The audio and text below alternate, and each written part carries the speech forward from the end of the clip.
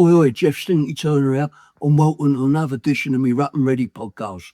Now, I put out before to me patrons, if you've got any ideas, content that you'd like me to talk about. And I got this one come through from one of my patrons, Simon Earn. I know Simon well, met him before, and he's a great bloke. But he asked me if I could run through how I got into punk, the favourite bands, the records that I bought, the Boomtown Rats video, other things like how I did when I was at school, was there other punks, and what did they think of me when I started having a bit of success. So this one's going to be called Discovering Punk. So it's Jeff Stinky Turner, Rut and Ready podcast, Discovering Punk. Let's get into it.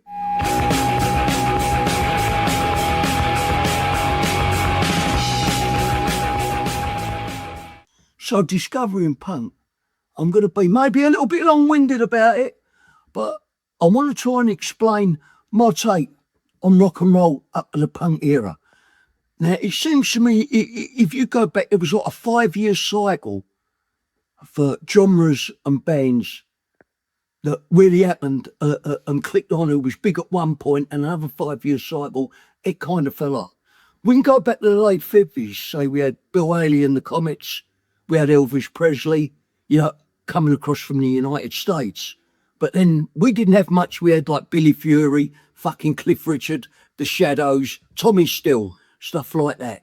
So then when you pass that salt from 1955 to 60, you get into the early 60s, you've got Jerry and the Pacemakers, you've got the Dave Clark Five, the early like powder pop of the Beatles and the Stones and the Who.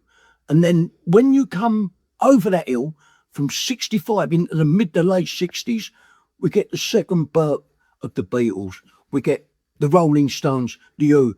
They morph into the more psychedelic side of rock. Then you've got like the Doors, you get Cream, you get Jimi Hendrix, Pink Floyd.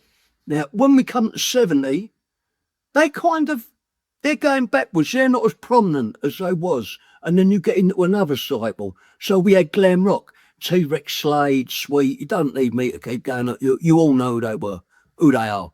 And then we had the big hitters, the Behemoths, on the other side of the pond, who were selling millions of fucking albums. Zeppelin, Purple, Black Sabbath, Queen. And then when we come to 75, they've peaked.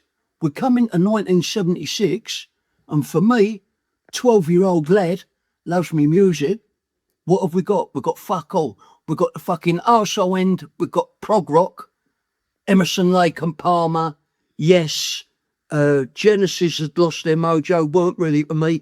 And then you've got the pop sense, you've got shit like, what was going to Peter Frampton Comes Alive.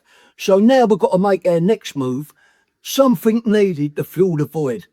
And that void would be punk rock.